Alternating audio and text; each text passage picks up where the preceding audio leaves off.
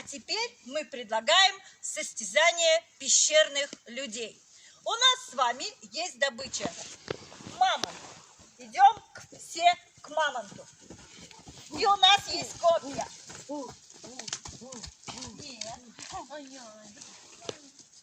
Сейчас мы с одной линии будем пробовать попасть в добычу. Только там никто не встает. Итак, вот отсюда нацеливаемся и кидаем в мамонта.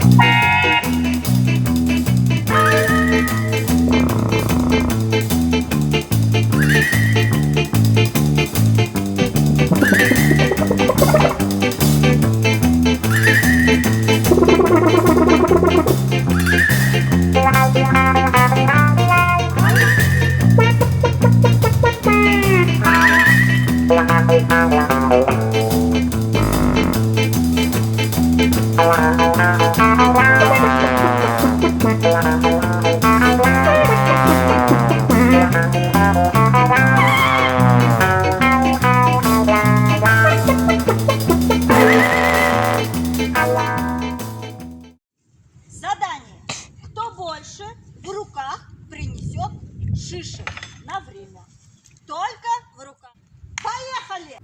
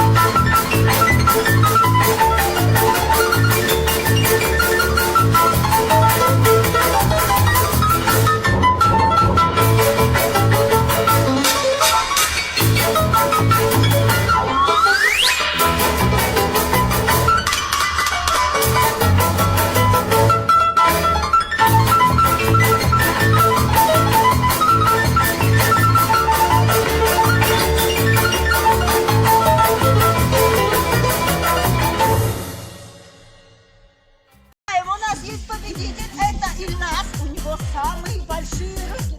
Покажи свои руки. Здорово. Самый старший. Он у нас мужчина. Второе место занимает Ангелина. Она у нас тоже старше, чем все остальные девчонки. Здорово. Молодцы. И всех мы тоже поздравляем. Вы одинаковое количество набрали по 21 шишки. Вы молодцы. Следующее задание – шишкоброс. У нас есть корзина. Вы берете по 10 шишек. Кто больше всех забросит шишек в корзину, тот и победил.